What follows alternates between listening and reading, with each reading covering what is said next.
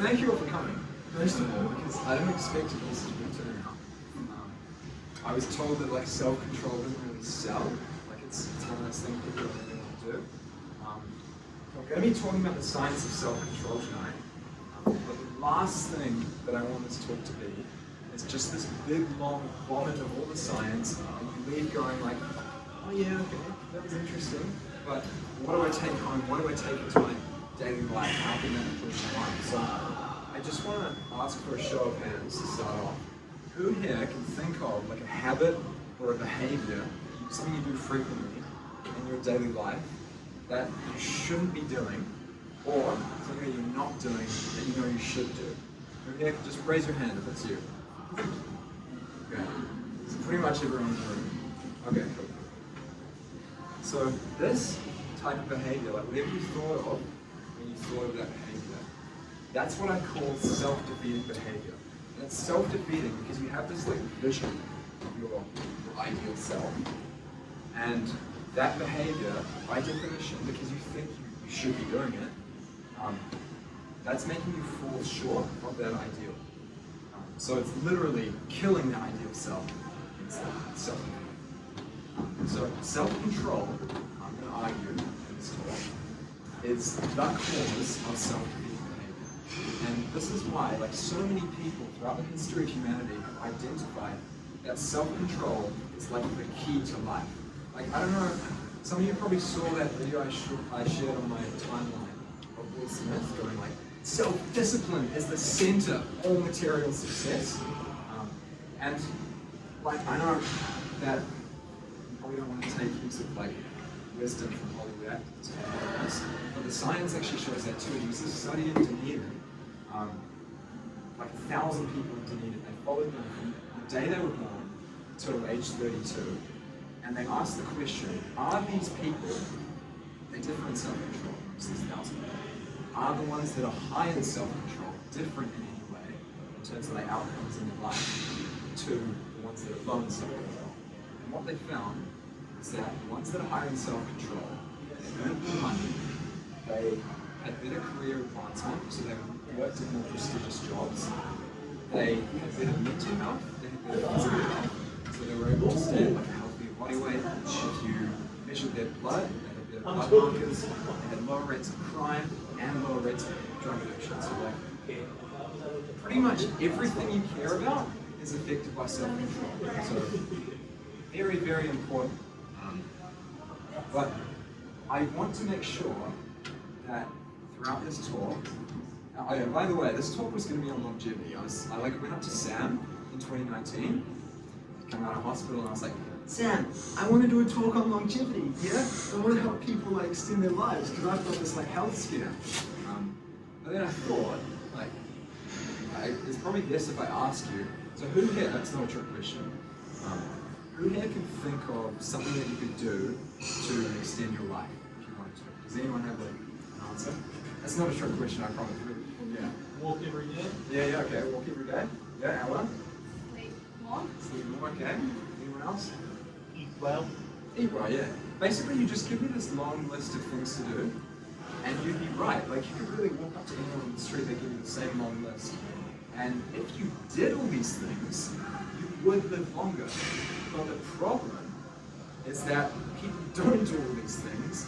They have issues with self-control that restrict them from doing these things. So self-control is like the core, or like the root of every problem, not every problem, but like a lot of these problems that you have in life.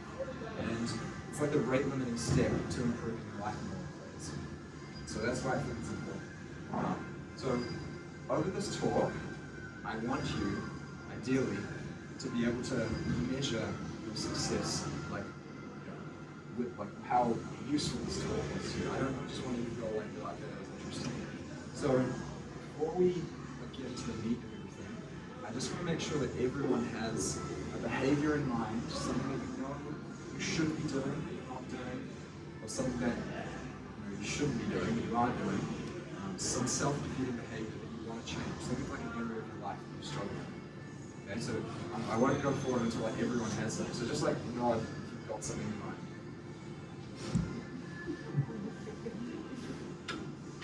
waiting for my clients to listen.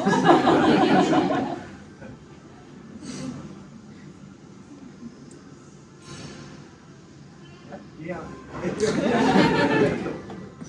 You just want us to focus on one of them. Yeah. Just one. Okay, cool. So, before I get into the meat of it, I just want to make a distinction. Because how self-control is typically thought of. So like most people feel like they have almost two selves living inside their head. You've got the self that's impulsive and just goes for everything in the present moment, just thinks like, now give me, I want that, that's delicious or whatever. And then you've got another self which is able to think long term, it's more wise, and it's typically the person you, it's not person, but the thing you identify with more. And self-control is kind of like a battle, is how people tend to think self-control, between these two selves. So your impulsive self and what I'll call like your executive self. And if you are self-controlled, the executive self will win over the impulsive mind. And it's not just a metaphor too. If you think like neuroanatomically, you do actually have two separate regions. One deep below is like an ancient region in your brain that's responsible for emotional generation, and that's like more of an emotional mind. And then you have this cerebral cortex on top, which contains this area called your prefrontal cortex at the top there. That does most of your like long-term thinking and everything. And if you are self-controlled, then what will happen is that your executive mind that lies on top will be able to kind of like suppress the impulses that pop up from your impulsive mind. This is just like the traditional view of self-control.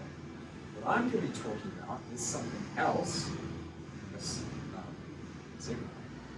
And okay, it's probably best if I like pick people out and just give like a demonstration of what I mean. But let's pretend Radek at the back there. Let's pretend, this is all like hypothetical because I'm not going to say anything about his personality, but let's pretend he's extremely high in self-control, the typical kind of self-control. And this is what I'll call innate self-control. So Radek just has, his executive mind is like a powerhouse, and they can just down-regulate any impulse that arises. He has no issue doing that. So he's high in what I'll call innate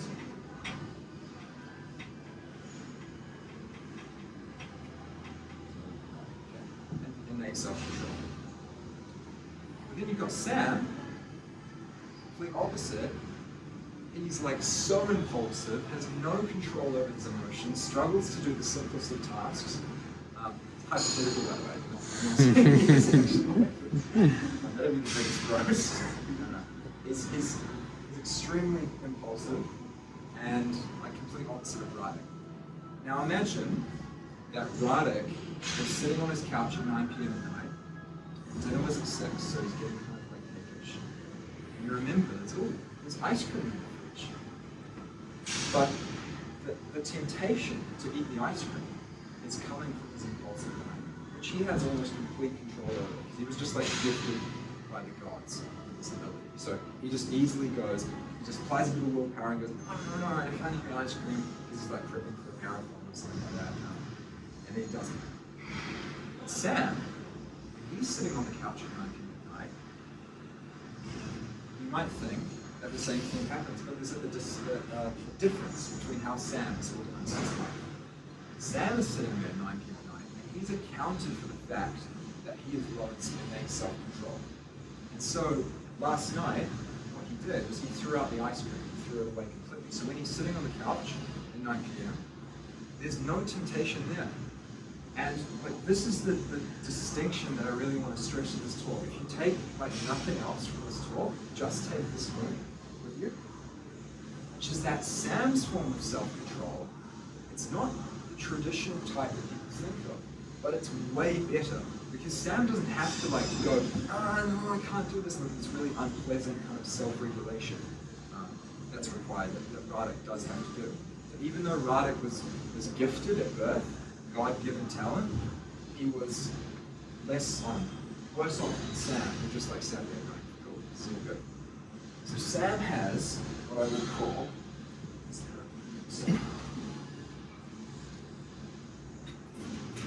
Sam's self-control, that's what I'm going to call it.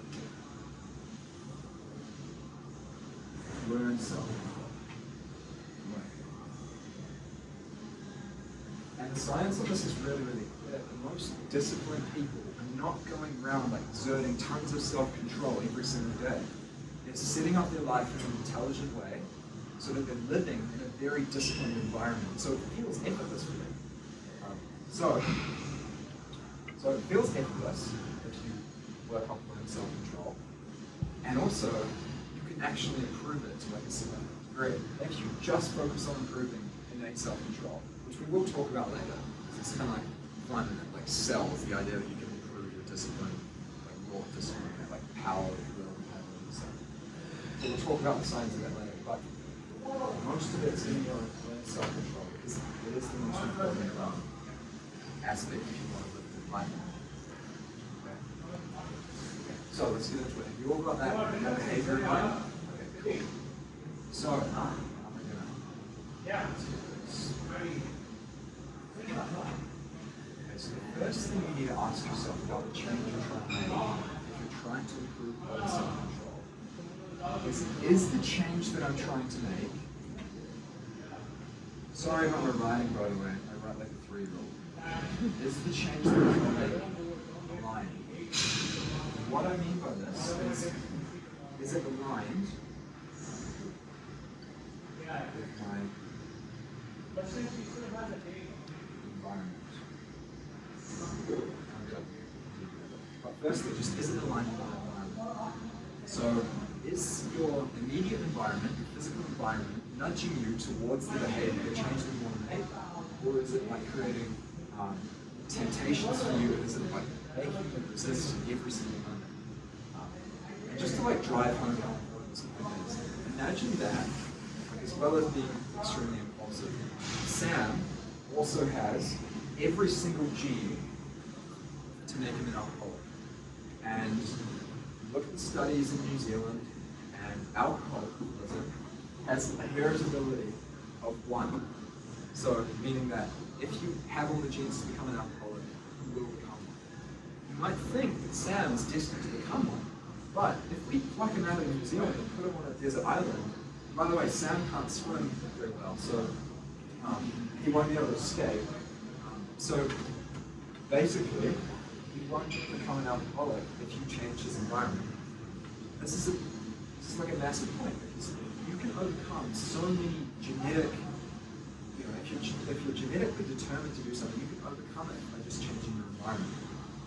And I've told clients like something like this before, and I hear the story like, oh, look, Toby, like I can't understand what you mean, but like with alcohol, I could just not go to pubs or never buy alcohol. Yeah, I get it. But with food, I'm trying to lose weight, and with food, I have to cook dinner for my kids. Like I can't just not bring food into the house. So, and I understand that because it seems like food kind of doomed. But it's about degrees. Okay? So the difference between preparing dinner for your kids when you're just like really, really hungry, and then preparing dinner for your kids when you're chewing gum and you've got some weird taste in your mouth so you don't want to eat. That's a massive difference. So for him, just doing that, reducing his calorie intake like 2 bites every single day over the course of years, and key thing, this does not take self-control. He just pops gum in his mouth. He doesn't want to eat anymore. The temptations are gone. So by doing this, he makes it so that he doesn't have to exert this like kind of unpleasant self-control, and makes a massive change to his life in that process. Okay? So after that change that you make in your environment, the next thing is that change that you're trying to make aligned with your social life. So everyone knows, it's a big thing now, because everyone on Instagram is like, oh, how do I stop hearing all this thing? You don't want to stop hearing all of it. It's a really, really useful type of pressure. That's why, a lot of the reason why people have a coach is because you want that accountability. You want to be like, oh God, what's my coach going to think if I weigh in and it's not like what he wants it to be? Obviously, that would be bad too, because you can be freaking out what other people think about you on Instagram. But only psychopaths don't care what other people think. So it's not actually something you want to get rid of. And you can use it to your advantage if you consciously think, is my social environment leading me towards and pushing me in the direction of all the changes that I want to make in my life? Or is it kind of like pulling me away, the people I'm around, pulling me down? And some coaches like really cutthroat about this. So like, if someone's not supporting your goals, you've got to X them from your life. You know, it's all about success. But I mean, realistically, you have people in your life for so many other reasons than material success. So I don't think you should just cut people from your life. What you can do is just become aware of how they're pushing you around, in what direction they're pushing your behavior. Because I promise you, it will be one of the strongest factors in determining your behavior. There was a study that was done looking at things like obesity and smoking and drinking alcohol, are they transmissible from person to person? Because like obviously the behaviors naturally just say, no, they're not kind of like catch being overweight or something like that. But what they found is that just like viruses can be transmitted from person to person, these behavioral problems can also be, but unlike viruses, they're not like transmitted if you're just close to someone. They're transmitted to people you're close to socially. So it's not about physical proximity, it's about social proximity. The people you're closest to in your life, you may be naturally just picking up behaviors of. You may be super aware, because what the study found is that if you have a close friend who's overweight, your chances from there on out of becoming overweight nearly triple. So you can, and they did this across like smoking, overweight, and alcoholism. It's a really interesting study. So don't X people from your life. Maybe if they're like really dragging you, if they're just ruining your life, obviously, don't X them. But if you want to control your social alignment, in terms of is it aligned with your change you're trying to make, I think the best solution is to just become aware of what your friends are doing, the outcomes of their behaviors. Because if you do become aware, there's a massive difference from being like, you know, a friend's asking you to go out and you're just completely unaware and you're like, oh yeah, cool, and you know full well that they're going out every weekend, smoking all the time, drinking, and just, it's not worth it in aggregate, because ruining your life in that way. And if you became aware of that behavior, it might have the opposite effect. I mean, now they ask you to go out and you're like, see how that's like ruining your, let's say that's you'll be thinking, I can see how that's ruining your life. So it repels you now rather than dragging you in. Yeah, so very important. And by the way, when I'm going through all these things, please be thinking about the people you selected out and seeing if it applies in any way. Some of these things I'm talking about won't apply, but you'll be able to pick out things that do apply. Okay, so the next thing is to ask if the change is aligned with your values. There's this really spooky finding in psychology. Comes out of this like self-affirmation theory. And if you get people to just write an essay about their values, they will have higher self-control, just in the short term. So like it just gives them like a little boost in self-control. It's really weird. Honestly, the psychological explanation for that, like I read the studies and I'm like, I don't know if that's true. Because it's like really, it seems to me like there's no reason why that would happen. So yeah, that's weird. You don't want to be, well, you could do that, write about your values every day, but I think what's much better is to write about your values in the context of what you want to achieve in life. There are interventions that do this. They give, it's primarily done in college students and high school students, they give high school students this like this questionnaire thing that gets them to answer about where they want to be in 5 years' time, what their life they want, what life they want to have in 5 years' time. Basically to map out their ideal self.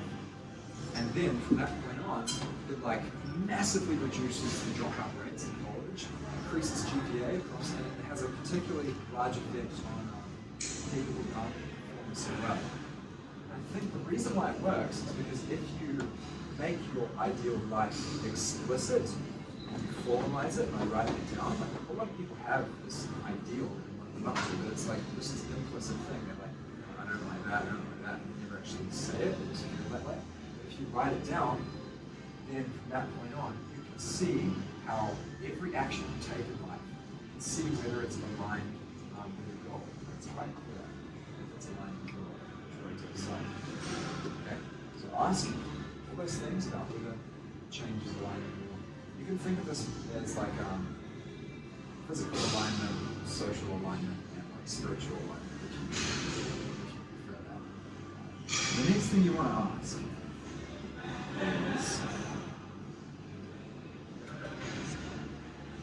is the change that I'm trying? Or am I pre-committed on this change that I'm trying? Am I going to experience some negative consequence if this change doesn't come to fruition? And there are two main ways to do this. The first way is externally imposed deadlines. So if someone else imposes something on you and says, you better get this done by this time or something bad is going to happen, like your boss. I doubt many people are late for their boss says to do. It's very easy to do yourself. So this is the best, having an externally imposed deadline. And sometimes I do this with clients where I'll get them to, in the past, I don't do this that often, but I get them to pledge a certain amount of money. Use this website called Stick now, stick.com, to help you stick to behaviors. But I do that with clients. I did this with a client a few months ago. He wanted to stop drinking for a month, so I got him to, he was willing to as well. I got him to pledge $200 down to a charity that would fire out if he didn't do his, he would stop drinking for a month. He wanted to do it. And he didn't drink the whole month because he could feel any time someone offered him a drink. He'd just be thinking, no thanks, I don't want to pay $200 for one drink. So again, this doesn't require self-control. If you're pre-committed, you're just actually like, nah, I don't want to succumb to that because I'll experience some negative consequence.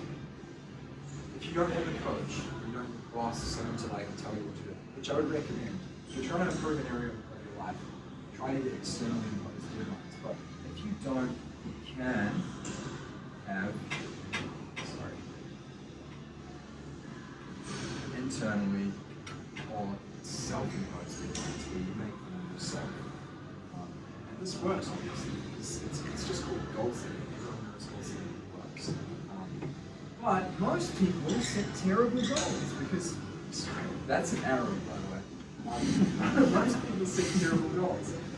Have you heard of the SMART goal setting? Who's heard of that? Because we learn it in school. Yeah, we learn it in school these days in PE class. But a terrible way to set goals, in my opinion, because it wasn't taken out of the science. It wasn't, people didn't ask the question, what's the most effective way to set goals according to the science, and then extract the SMART framework. It was just written in a business school in the 1980s. Some guy just wrote it because it's a nice sounding acronym.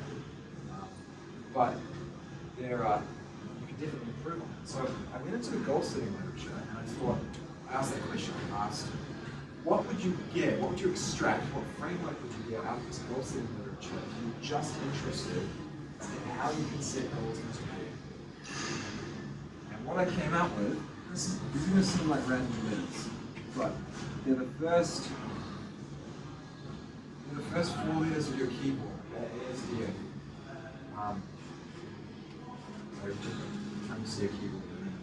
So the first thing here is your goals to be this criterion ambitious.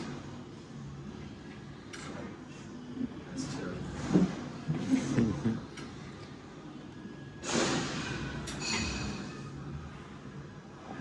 Ambitious.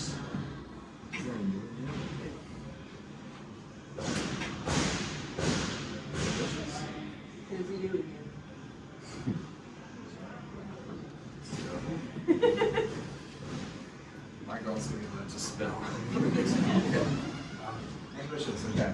So you want to have your goals set up with the right level of ambition. Otherwise, they're just like words on a page. You're not going to feel emotionally connected to it.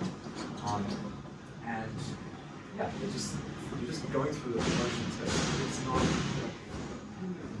That's why this is the most important part. Emotion will drive your motivation towards a goal. So if you set up a goal and it's not ambitious enough, it's motivation. You can go too far the other side where you're just like, I I want to go to the moon this year. I mean, it's not realistic. We're not going to get towards that. It has to have the right level of ambition. The next criterion is specific. Okay? The goals, this isn't SMART goals. SMART goals is like specific, measurable, achievable, realistic, and time. So they did get this right. It's quite obvious why, because with a goal, you need to know exactly when you're on track and off track. If you are off track with your goal and it's not specific, you won't know. It's like, let's say you set up a goal for 2021 and it was, I just want to be healthy this year.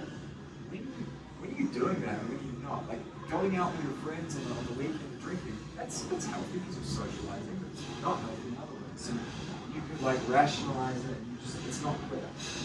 If you set a goal of, I want to lose 10 kgs by November 1st this year, then you're going to know exactly when you're on track and off track, and you can quantify it and break it down to know how much you should be losing per week, blah, blah, blah. Interesting thing about this that you should know is that making your goals specific will not make it feel like you won't feel any happier about your goal. It may actually feel worse because you're kind of opening yourself up to experiencing negative emotion and not being on track. And that can be kind of painful. So yeah, if you like studies on this, they ask people how you think you're doing, and even though the people who have set specific goals are doing better, they don't think they're doing better. It's just like too much words about set specific goals. So the next one is divided. So how do your goals divided? So you've got this goal, let's take the one I just said to get to lose 10 kilograms by November 1st. That's very far out. And we know from research on neuroeconomics and behavioral economics that humans don't like waiting for rewards. They hate it actually. If you give them a reward they have to wait for, their brain will perceive far less value in that reward. So why would you set your goals extremely far out in time? It's not exciting at all. It's like you know that cartoon, like the bunny, the carrot taped to his head and he's running to for the carrot. Imagine if the carrot was just out of sight. It's just like so far out that it wouldn't be motivating. So you want that carrot nice and close to you at all times, so you get that like satisfaction of cool. And you see it, like you want to smell that carrot.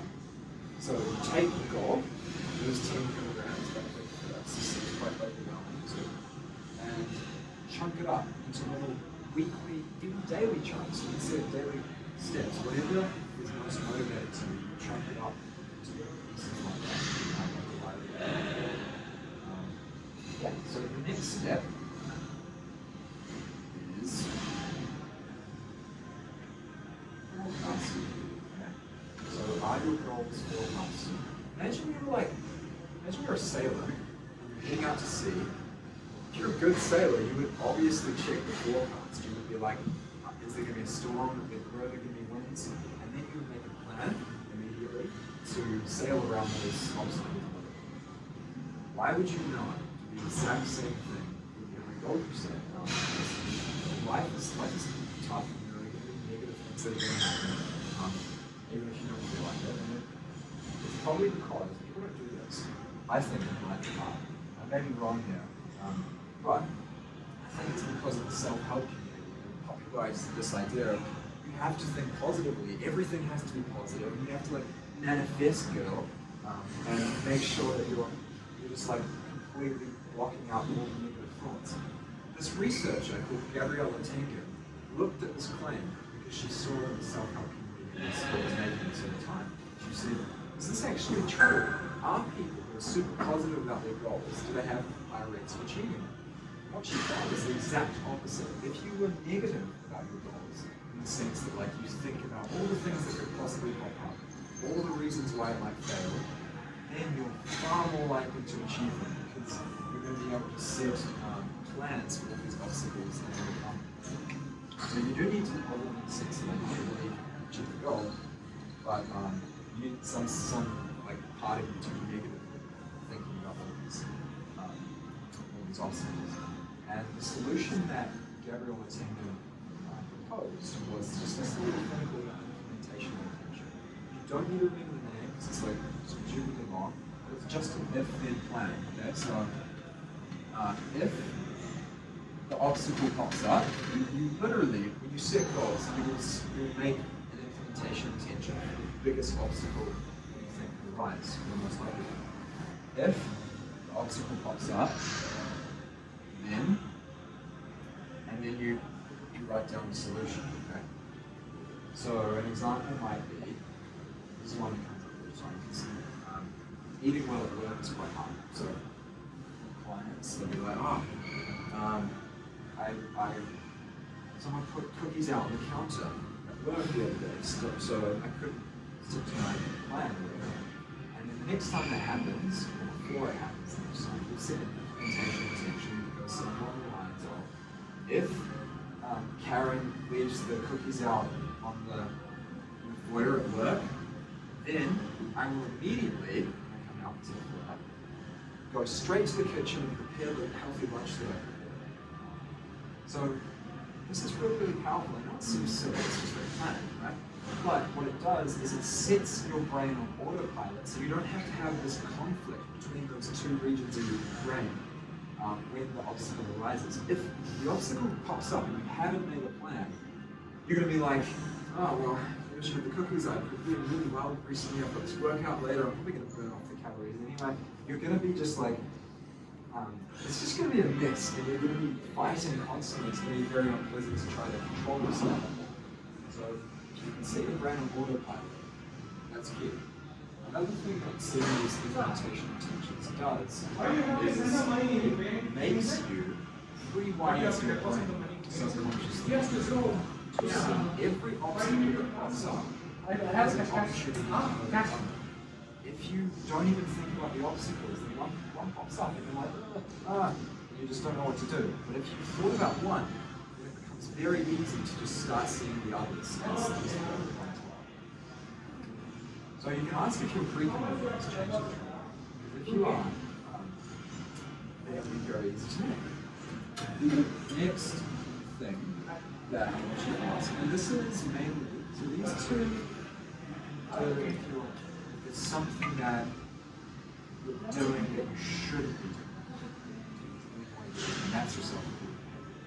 If your behavior that you want to add to your life, something that you know you should be doing but you're not, then you can ask, is this behavior habitual? So imagine you woke up tomorrow and you couldn't form any habits, and all your habits were just wiped. The history of your life, you just had none. And you had to wake up, and you were like deliberating over everything you're doing. You had to like think about walking and stuff like that, and like brushing your teeth. You had to think, pick up the toothbrush, put it in my mouth, and then start brushing. Your life would be a mess because you'd just be like deliberating over every single thing you're doing. And what it means is that habits are useful because they make at least a portion of your life just feel effortless. It's not intense to do your morning routine, to do it every single morning. It's habitual. So, just a little primer of like the neuroscience of habit formation. What they think right now, and as with like most topics of neuroscience, this isn't like hard science, settled science. It's just almost a hypothesis now. There's this area in your brain, quite an ancient area called the dorsolateral striatum. You have to remember that name, but it is involved in, you have like multiple actions to do, like picking up the toothbrush, putting it in your mouth, and then scrubbing it down. Your dorsolateral striatum takes those actions that are out in time, and it chunks them into one action sequence, which is typically what we call a habit. And that action sequence, once it's started, it feels pretty effortless. Like it's not hard to just continue the sequence once you're in it.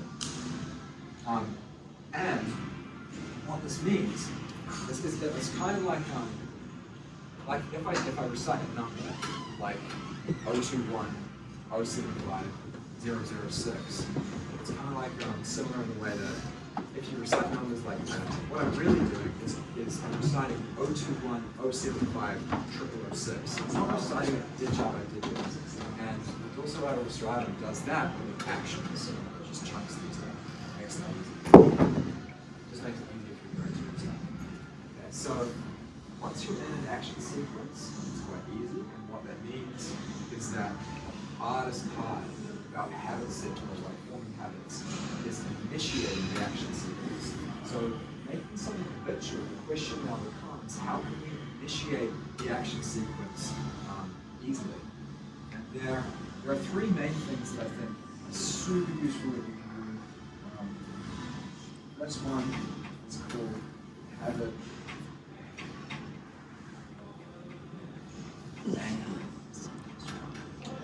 So rather than you've got a habit like brushing your teeth, that's already set in stone that you do, and then you've got a new habit that you're trying to form, let's say like reading at bedtime or something like that. If you think of them as separate, you have to initiate two habits throughout the day. Yeah?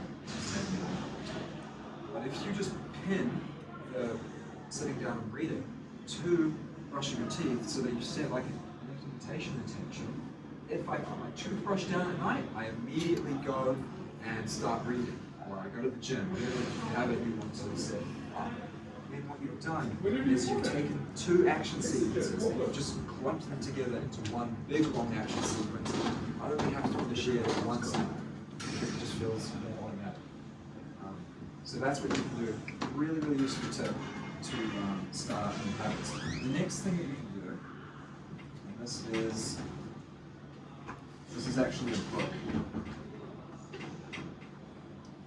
So James Clear, this guy, wrote a really good book called Atomic Habits on how you can set habits most effectively. And I think that, not so like actually the book, it's a great book, but I think the best tip or like strategy he gives for setting habits is in the name of the book. So you can just really read the name of the book and then you go. So atomic habits means setting habits that are so small, almost like pathetically small. When people set habits, they set stuff that like feels like, oh cool, I'm gonna like meditate for 20 minutes a day, it's gonna be awesome. But you need to shrink that down and just think, rather than meditate for 20 minutes a day, I'm just trying to initiate this habit, so I need to make it as easy as possible. Almost like so I feel pathetic if I don't do it. I have no excuse not to do it. So what's a better habit to set is meditate for, or just sit down on a cushion every single day. That's your goal. Then you've initiated the sequence and the rest will feel more effortless.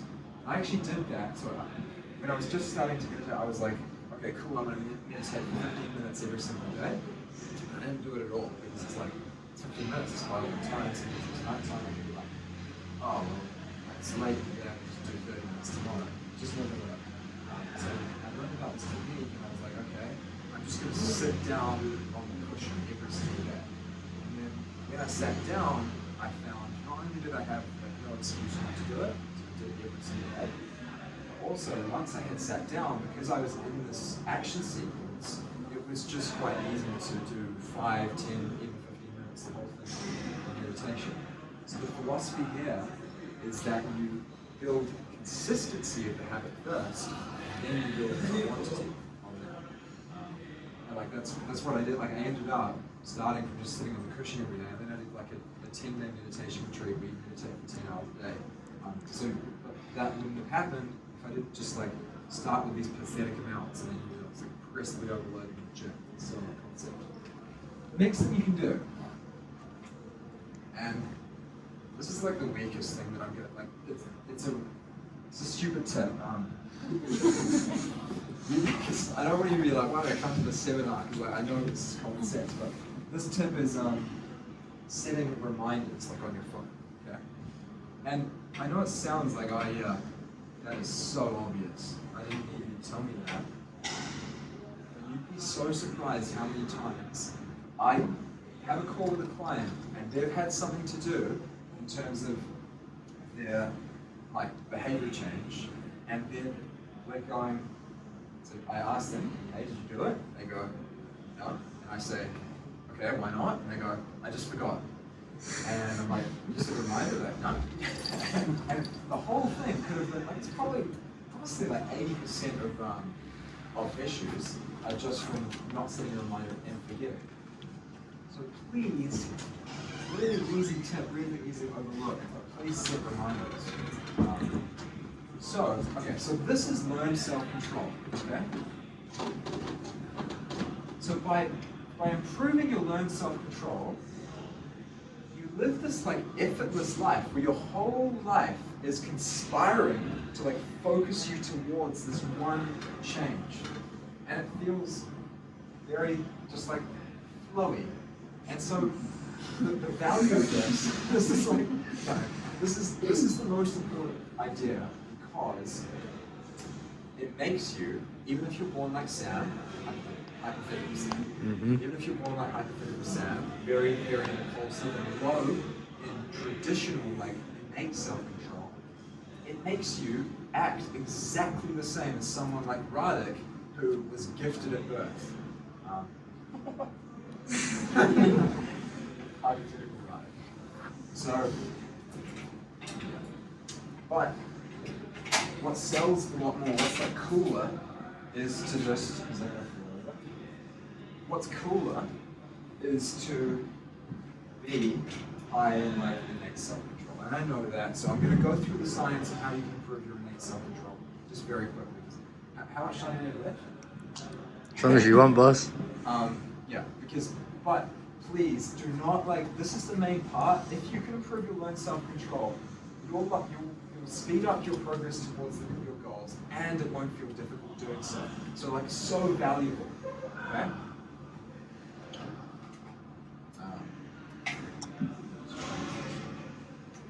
Okay, so, but now we'll focus on,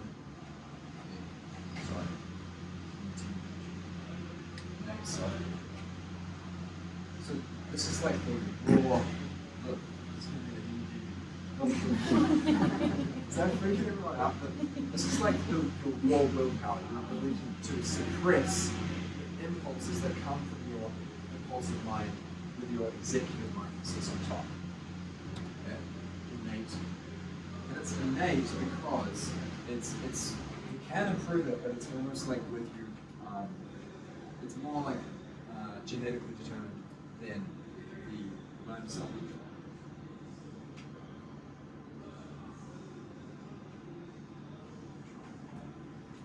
Okay, so just really quickly,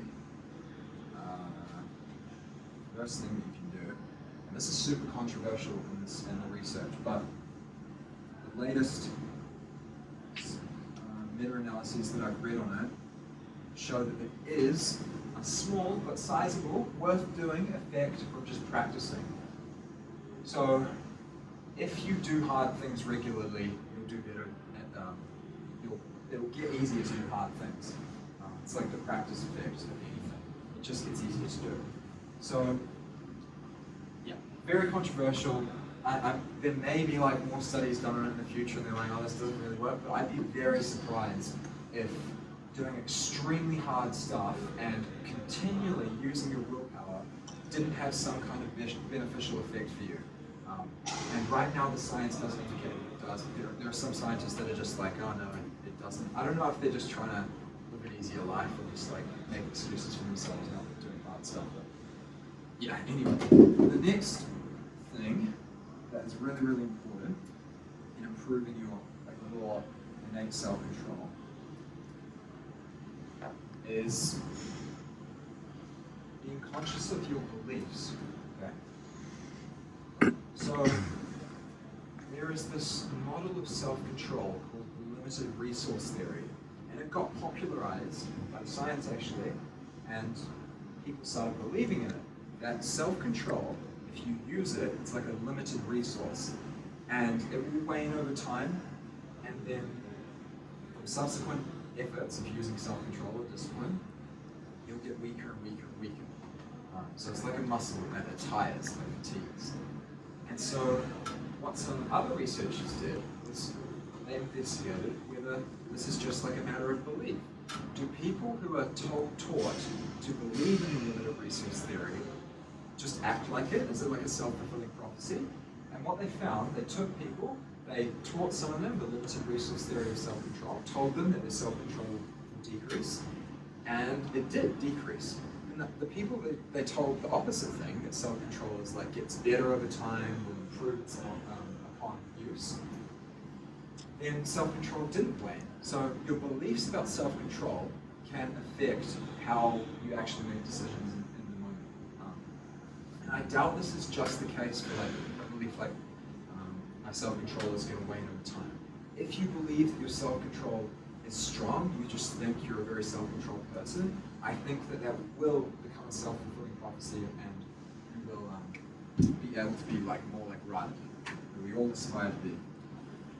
The third step, or like strategy that you can use, and we're all in the gym, so this is good, is exercise. Yeah, exercise. So exercise has what's called a bi-directional relationship with self-control, meaning that exercise causes more self-control, and more self-control causes more exercise. Obviously, if you're more like Radek, you're going to be able to exercise more frequently, because some days you're not going to feel like it. And by the way, just as an aside, I know that this whole learned self-control thing, it may seem like I'm saying that you can just set up your life so that everything's easy forever, but I'm not.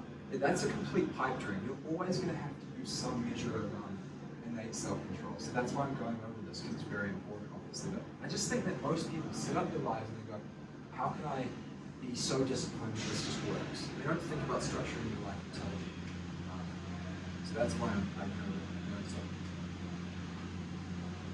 Fourth thing you can do to improve innate self-control is sleep more. Sleep or lack of sleep just vitiates your self-control. You'll just be a different person if you're low on sleep. There are studies done that look at just 6 hours of sleep deprivation. They see that people act differently in the workplace, and they find higher rates of workplace deviance, meaning employees will have fights with people more often when they're sleep deprived, and they'll break more rules in the workplace. So like if you manage a company or anything, I don't know how you can make your employees sleep, but you should make that part of like their job is to sleep. Okay, so this is the last step I'll go over to, because I think I've been talking for a while. So, but there's like a long list of things that you can do to improve your innate self-control for yourself. I could just keep going down and down and down and down. Like you can distract yourself, and there are all these techniques that you can use at the moment that people, like many of you, pretty much all of you, you'll just use these techniques intuitively. Like they'll just be techniques you've discovered. There are like 5-year-old kids use them, but it's important to be aware of what works for you. The last thing though is just like stress, okay? So stress for some reason has some, I think it's because it loads up your prefrontal cortex. Like if you're stressed about something, let's say you're in a fight with someone in your life, that has a very, very potent effect on reducing your self-control. So be aware when you're stressed out. I like to use this acronym. I was reading these letters from, they're called the Boron letters, from this like business magnate who got sent to prison, and he was writing letters to his son to try like teach him something because he's going to be in prison forever. And he said, like, son, you have to make sure that you, sorry, the marker's running out a little bit. You have to make sure that you halt, meaning that if you're hungry, angry, lonely, or tired, you stop and you don't, or at least think seriously about whether you should make a decision. And I think that's very wise, because these things, negative emotion in general, is going to negatively impact your self-control. Stress is important too, because stress will increase the effect that sleep has on your self-control. Sleep is obviously bad for your self-control, so it will increase the effect that sleep has on your self-control. So we say that stress mediates the effect that sleep has on self-control. So like a double whammy if you're sleep deprived and stressed, which happens quite a lot, then you should really make sure you're making the right decisions. Just to hammer home, because this is all I go through, just to hammer home the main point once more, because I really want you to take this away. If someone comes up to you and they're like, hey, Alex, help me out with my fitness journey, I just don't have any motivation.